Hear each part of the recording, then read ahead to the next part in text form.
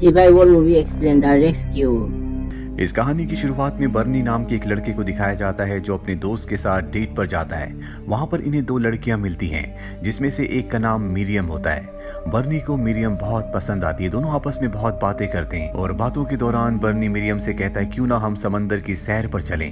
दरअसल वो एक कोस्ट गार्ड है, इसीलिए वहीं बार में बैठे एक आदमी से वो उसकी बोट मांगता है और शाम को अपने साथ मिरियम को समंदर की लहरों के बीच में ले जाता है, जहां पर ये दोनों एक दूसरे के साथ बहुत अच्छा टाइम स्पेंड करते हैं और ये दोनों अब एक दूसरे को पसंद करते हैं। इसी तरह से कुछ साल बीत जाते हैं और अब बर्नी और मिरियम दोनों रिलेशनशिप में हैं। ये दोनों एक दूसरे से शादी करना चाहते हैं। बर्नी मिरियम से कहता है कि कोस्ट स्टेशन के रूल के हिसाब से मुझे अपने चीफ से इजाजत लेनी होगी, जो कि सिर्फ एक फॉर्मेलिटी होगी। 2 महीने बाद हम शादी कर लेंगे। मिरियम को ये सुनकर बहुत खुशी होती है। वहीं जिस शहर में बर्नी रहता है वहां से 12 किलोमीटर समंदर के अंदर एक बहुत बड़ी शिप है जो कि दरअसल एक ऑयल टैंक है। इसमें बहुत सारे ऑयल को स्टोर करके रखा जाता है। उन्हें पता चलता है कि समंदर में बहुत बड़ा तूफान आने वाला है और जब वो तूफान आता है तो उनके शिप में क्रैक होना शुरू हो जाता है। इस शिप का जो चीफ इंजीनियर होता है वो अपने कैप्टन को इस बात की इंफॉर्मेशन देता और बताता है कि हालांकि हमने क्रैक को रिपेयर कर दिया है, लेकिन तूफान की लहरों की तेजी की वजह से वो ज्यादा देर तक टिक नहीं सकता। हमें जहाज की स्पीड को कम करना होगा। जहाज की स्पीड कम करने के बाद भी वो कुछ नहीं कर पाते क्योंकि अब क्रैक और भी बड़ा होना शुरू हो जाता है और अगले पल एक बहुत बड़ी लहर आती है जो इनके शिप को 2 हिस्सों में 2 टुकड़ों में बांट देती है, जिसमें शिप के कैप्टन के साथ कई लोग मारे जाते हैं।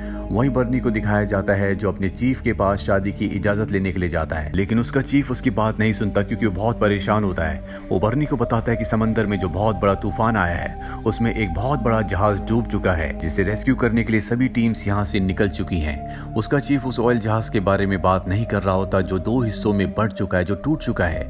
दरअसल उसी की तरह एक बहुत बड़ा जहाज समंदर के बीचों बीच डूब चुका होता है और सभी टीम्स उसे बचाने के लिए गई होती हैं। चीफ बर्नी से कहता है कि समंदर में तूफान बहुत बड़ा है, तुम्हें फिशरमैन की मदद करने के लिए जाना होगा और बर्नी अपने 2 साथियों के साथ उस तरफ निकल पड़ता है। रास्ते में वो अपने साथियों को बताता है कि पहले भी मुझे एक रेस्क्यू मिशन दिया गया था, लेकिन मैं कभी उस जहाज तक पहुंच ही नहीं पाया जिसे रेस्क्यू करना था। उस जहाज में 8 लोगों की मृत्यु हो गई और उसके लिए बर्नी अपने आप को जिम्मेदार समझता है। वहीं समंदर में उस ऑयल शिप को दिखाया जाता है जो 2 हिस्सों में बढ़ चुका है, जिसका नाम पेंडलस्टोन है। उसका वो हिस्सा जिसमें इंजन होता है, जिसमें लोग अब भी बचे हुए हैं, उसे क्रू मेंबर्स किसी भी तरह से सुरक्षित बचाना चाहते हैं, लेकिन समंदर में बहुत ही बड़ा तूफान होता है। साथ ही इनका कैप्टन भी मारा जा चुका है, इसीलिए सब रे को कैप्टन बना देते हैं, जिसके बाद सब के सब मिलकर शिप के इस बचे हुए हिस्से को पानी में एक जगह रोक लेते हैं। रे सबसे कहता है कि हमें पंप के अंदर पानी को नहीं भरने देना होगा, अगर ऐसा हुआ तो शिप की इलेक्ट्रिसिटी चली जाएगी। यहाँ पर कुछ लोग ऐसे होते हैं जिनका ये मानना होता है कि शिप में जो लाइफ बोट्स हैं उनसे इन सबको यहाँ से निकल जाना चाहिए, लेकिन इसके कुछ लोग खिलाफ होते हैं क्योंकि समंदर में पानी लहरें पूरी तरह से उफान में होती हैं। फिर भी रे एक लाइफ बोट को नीचे उतारता है और जैसी वो पानी के संपर्क में आती है वो लाइफ बोट डूब जाती है, जिसका मतलब ये है कि इन्हें यहाँ पर किसी का इंतजार करना होगा।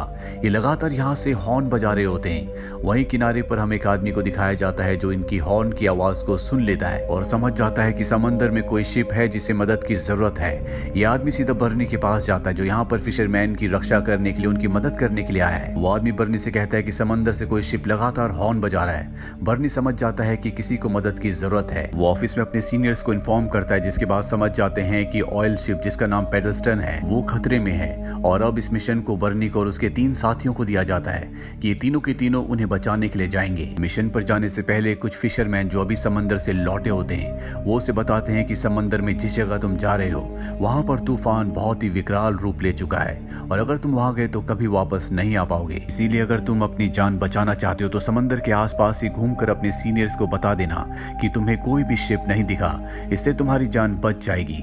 लेकिन बर्नी ऐसा नहीं करना चाहता क्योंकि पिछली बार वो उस शिप को ढूंढ नहीं पाया था जिसे उसे बचाने के लिए जाना था, जिसका गिल्ट आज तक उसके दिल में होता है। इसीलिए बर्नी तय करता है कि वो किसी भी कीमत पर उन लोगों को बचाएगा और अपने 3 साथियों के साथ अपनी रेस्क्यू बोट से उस तरफ निकल पड़ता है जहां पर उसे अंदाजा है कि पेडलस्टन शिप हो सकता है। दरअसल इन्हें उस शिप की लोकेशन के बारे में कुछ नहीं पता और अब ये धीरे धीरे आगे बढ़ना शुरू कर देते देते हैं। इनके सामने एक बहुत बड़ी लहर आती है और इनके पास जो रेस्क्यू बोट है, इस छोटी बोट से इस विशाल लहर को पार करना लगभग पूरी तरह से नामुमकिन है। सबके सब डर जाते हैं, सबको ऐसा लगता है कि वापस जाना चाहिए, लेकिन बर्नी किसी भी कीमत पर पेडल्स्टन ऑयल शिप तक पहुंचना चाहता है। इसीलिए वो एक जोर के जर के साथ उस लहर से टकरा जाता है और किसी तरह से उस लहर से बचकर आगे बढ़ता है। लेकिन तभी एक और बड़ी लहर आ जाती है और उस लहर में भी ये किसी तरह से बच जाते हैं। लेकिन इनका जो कंपास होता है, जिससे इन्हें दिशा का पता चलता है, जिससे इन्हें पता चलता है कि ये कहां पर है और इन्हें कहां जाना है, वो पानी में बह जाता है और अब ये लहरों के विपरीत चलते हुए आगे बढ़ना शुरू कर देते हैं। अभी सिर्फ अंदाजे से आगे बढ़ सकते हैं। वहीं पेडल्स्टन शिप को दिखाया जाता है जिसमें सभी क्रू मेंबर्स बहुत ज्यादा डरे हुए होते हैं। उन सबको उम्मीद है कोई इन्हें बचाने के लिए आएगा, लेकिन लहरों के टकराने की वजह से अब पंप तक पानी आ जाता है और पंप में पानी भरने की वजह से इलेक्ट्रिसिटी चली जाती है, जिसका मतलब ये है कि कोई भी इनके शिप को दूर से नहीं देख सकता क्योंकि उसमें किसी भी तरह की कोई लाइट नहीं चल रही। सबके सब डर जाते हैं और शिप के टॉप पर आ जाते हैं। वहीं हमें बर्नी की गर्लफ्रेंड मिरियम को दिखाया जाता है जो चीफ के पास जाती है और कहती है कि समंदर में बहुत बड़ा तूफान है, हमें बर्नी को वापस बुलाना चाहिए, उसकी जान खतरे में है। लेकिन चीफ उसे ऑफिस से निकाल देते हैं। मरियम को इस बात से बहुत टेंशन होती है और जब वो गाड़ी चला रही होती है तो टेंशन की वजह से उसकी गाड़ी एक जगह से टकरा जाती है जिससे वो बेहोश हो जाती है। पर जल्दी यहाँ पर एक लेडी आती है जो उसकी मदद करती है और स्नो में जो उसकी गाड़ी फंस गई होती है उसे निकलवा देती है। वहीं दूसरी तरफ हमें बर्नी की रेस्क्यू बोट को दिखाया जाता है जो लगातार आगे बढ़ रही होती है। अब इन सब की जान खतरे में है। बर्नी के साथी कहते हैं कि हमें वापस लौट जाना चाहिए क्योंकि ना इन्हें दिशा का पता है और ना ही पता है कि कहाँ जाना है। लेकिन बर्नी कहता है कि हमें उन सब लोगों की जान बचानी होगी क्योंकि पहले से बर्नी के दिल में मन में एक गिल्ट होता है कि पिछली बार वो उस शिप को ढूंढ नहीं पाया था जिसे रेस्क्यू करने के लिए उसे भेजा गया था और ये तूफान पिछले तूफान से भी बड़ा होता है। बर्नी लगातार आगे बढ़ता चला जाता है, उसके साथी भी उसका साथ देने को तैयार हो जाते हैं और जल्दी तूफानों की लहरों का सामना करते हुए इनको पेडल्स्टन शिप दिख जाता है। ये देखते हैं कि उसमें कोई भी नहीं है, लेकिन जब ये टॉप पर देखते हैं तो वहां पर बहुत सारे सर्वाइवर्स होते हैं जिन्हें देखकर बर्नी और उसके साथी और भी परेशान हो जाते हैं क्योंकि इनकी रेस्क्यू बोट में इतनी जगह नहीं है कि सबको उस बोट में यहाँ से सुरक्षित ले जा सके और अगर वो यहाँ पर कुछ लोगों को छोड़कर जाता है तो जब तक वो वापस आएगा तो ये पूरा का पूरा शिप डूब जाएगा। और अब बर्नी की रेस्क्यू बोट में आने के लिए कुछ लोग ऊपर से कूद भी जाते हैं। समंदर की लहरें इतनी तेज होती है कि कुछ लोगों की मृत्यु हो जाती है, पर बर्नी इनमें से 32 लोगों को अपनी रेस्क्यू बोट में ले लेता है जो कि एक बहुत बड़ा रिस्क है क्योंकि इतना ज्यादा भार उठाने के लिए इस रेस्क्यू बोट को नहीं बनाया गया। पेडल्स्टन शिप पूरी तरह से खाली होने के बाद इन सब की आंखों के सामने वहीं समंदर में समा जाता है, जिसका मतलब ये है कि अगर बर्नी ने यहाँ पर आने में थोड़ी सी भी देर की होती तो ये सब के सब मारे जाते और अब बर्नी शहर की तरफ वापस जाने लगता है। लेकिन सबसे बड़ी प्रॉब्लम ये होती है कि उसे दिशा का नहीं पता क्योंकि उसका कंपास खो चुका है और बिना कंपास के उसे नहीं पता चल सकता कि किस तरफ जाने से किनारा जल्दी आएगा। और अब वो अपने सीनियर्स को यानी कि चीफ को रेडियो से संपर्क करता है और उन्हें पूरी सिचुएशन के बारे में बताता है। उसके सीनियर उसके चीफ उसे कहते हैं कि तुम्हें यहीं पर एक पास में शिप है, किसी भी तरह तक उस तक पहुंचना होगा और सबको उस शिप में छोड़ना होगा। दरअसल रेस्क्यू चीफ को पता होता है कि पूरी बोट में 36 लोग हैं और इतने भारी वजन के साथ इस बोट को किनारे तक लाना नामुमकिन है, लेकिन बर्नी उनके ऑर्डर्स को फॉलो नहीं करता और वो तय करता है कि वो सबको लेकर किनारे की तरफ बढ़ेगा। रे बर्नी से पूछता है कि तुम हम तक कैसे पहुंचे।